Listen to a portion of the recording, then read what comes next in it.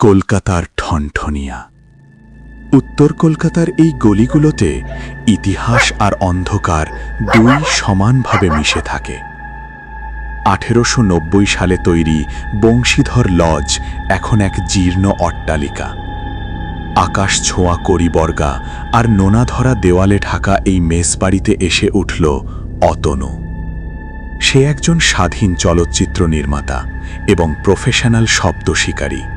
কলকাতার হারিয়ে যাওয়া শব্দ নিয়ে সে একটা ডকু ফিল্ম বানাচ্ছে। মেসের ম্যানেজার অনাদিবাবু, যার গায়ের চামড়া যেন হাড়ের উপর ঝুলে আছে, 44 নম্বর ঘরের চাবিটা দেওয়ার সময় ফিসফিস করে বলেছিলেন, রাত 12টার পর নিজের ছায়ার দিকে তাকাবেন না। এখানে ছায়ারা শরীর থেকে আলাদা হয়ে কথা বলতে ভালোবাসে। প্রথম কয়েকদিন অতনু মেসের অদ্ভুত সব শব্দের প্রেমে পড়ে গেল, কিন্তু তার দামি রেকর্ডারে এমন কিছু শব্দ ধরা পড়তে লাগল যা কোনো সাধারণ মানুষের নয়। হেডফোন কানে দিতেই সে শুনতে পেল বাতাসের শোঁ শোঁ শব্দের মাঝে কেউ একজন বলছে, শিকলটা খুলে দে, বড্ড ভারী, তান্ত্রিকের রক্ত দিয়ে পিচ্ছিল কর। অতনু ঘরের কোণে একটা পুরনো কাঠের ড্রয়ারের নিচে লুকানো একটা জীর্ণ রোজনামচা খুঁজে পেল। এ কি অনাদিবাবুর ডায়েরি ড্রয়ারের নিচে লুকিয়ে রাখা? দেখি তো কি লেখা আছে এতে। এই বংশীধর লজ আসলে একটা জ্যান্ত শরীর। এর ইটগুলো ভিজিয়ে রাখা হয়েছিল তান্ত্রিক কালভৈরবের বলি দেওয়া মানুষের রক্তে।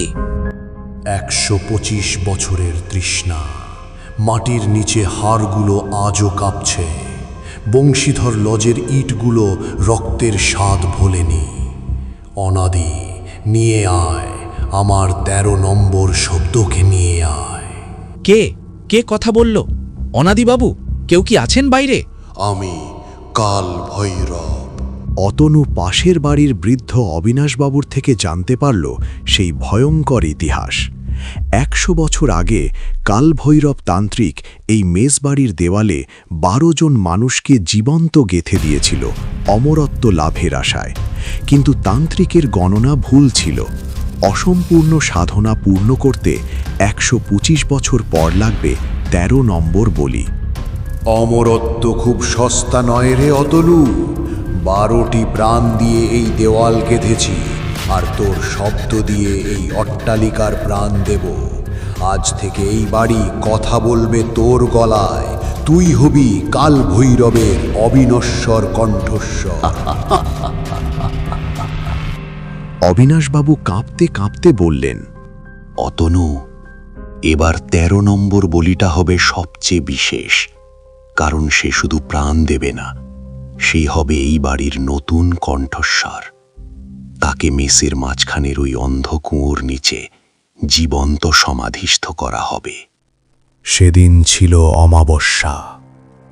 অতনু দেখল তার রুমের চারদিকের দেওয়ালে মানুষের হাতের ছাপ ফুটে উঠছে, যেন দেওয়ালের ভেতর থেকে কেউ বেরিয়ে আসার জন্য ছটফট করছে।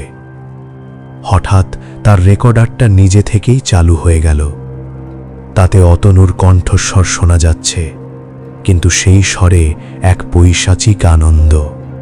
আমি আসছি, দেওয়ালগুলো তৃষ্ণার্ত, রক্ত নিন, আমার শব্দ নিন। শব্দ শিকারী, আজ তুই নিজেই শিকার। তোর ক্যামেরা, তোর রেকর্ডার সব তুচ্ছ। শোনো মৃত্যুর সেই আদিম রাগিনী, যা কোনো যন্ত্রে ধরা পড়ে না, শুধু আত্মাকে কাঁপিয়ে দেয়। হে কি আমার কণ্ঠের মতো কণ্ঠ রেকর্ডারে শোনা গেল? আমি কি ভুল শুনছি? লাভ, কে আছো, বাঁচাও! অতনু পালাতে গিয়ে দেখল মেসের সিঁড়িগুলো যেন লুপের মতো ঘুরছে। প্রতিটা ঘরের দরজা খোলা, আর ভেতরে বসে আছে নিষ্পন্দ ছায়ারা। তাদের মুখ নেই, শুধু গর্তের মতো চোখ দিয়ে তারা অতনুর দিকে তাকিয়ে একযোগে চিৎকার করে উঠল, স্বাগত 13 নম্বর আমাদের বন্দিদশা ঘুচিয়ে দাও। স্বাগত 13 নম্বর, আমাদের বন্দিদশা ঘুচিয়ে দাও। স্বাগত 13 নম্বর আমাদের বন্দিদশা ঘুচিয়ে দাও। অতনু দেখল মেসের মাঝখানের সেই কুয়োর ঢাকনাটা তীব্র শব্দে সরে গেল।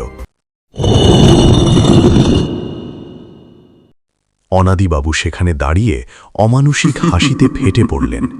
তার শরীরের চামড়া খসে পড়ছে, নিচে দেখা যাচ্ছে শ্যাওলা ধরা হাড়। তিনি চিৎকার করে বললেন, অতনু, তুমি কলকাতার শব্দ খুঁজছিলে না, আজ শোনো মৃত্যুর আসল নহবত। অতনুর নিজের ছায়াটা দেওয়াল থেকে ছিটকে বেরিয়ে এলো এবং অতনুর টুঁটি টিপে ধরল। দেওয়াল থেকে বেরিয়ে আসা কঙ্কালসার হাতগুলো তাকে টেনে নিয়ে চলল কুয়োর অন্ধকার গহ্বরের দিকে। অতনুর ক্যামেরার লেন্স ফেটে রক্ত বেরিয়ে এলো, আর তার রেকর্ডারে শেষবারের মতো শোনা গেল এক হাড় মটমট করার বিভৎস শব্দ।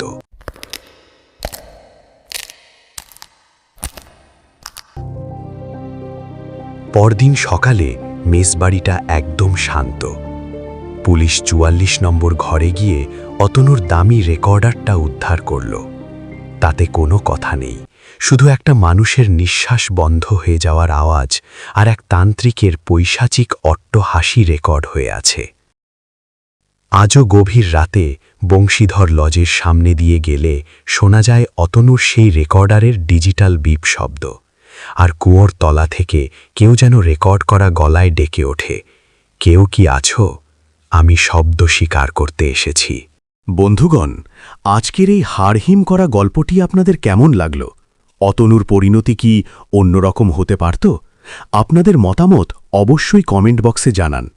গল্পটি ভালো লেগে থাকলে লাইক দিয়ে আমাদের উৎসাহিত করুন। আপনার বন্ধুদের সাথে ভিডিওটি শেয়ার করুন। আর এমন সব রোমাঞ্চকর এবং রহস্যময় অডিও ড্রামা শুনতে এখনই গল্প আর্কের ঠেক চ্যানেলটিকে সাবস্ক্রাইব করে পাশে থাকা বেল আইকনটি চেপে দিন। মনে রাখবেন, অন্ধকার রাতে একা থাকলে ঘরের কোনায় নিজের ছায়াটার দিকে খেয়াল রাখবেন। কখন সে কথা বলে ওঠে কেউ জানে না।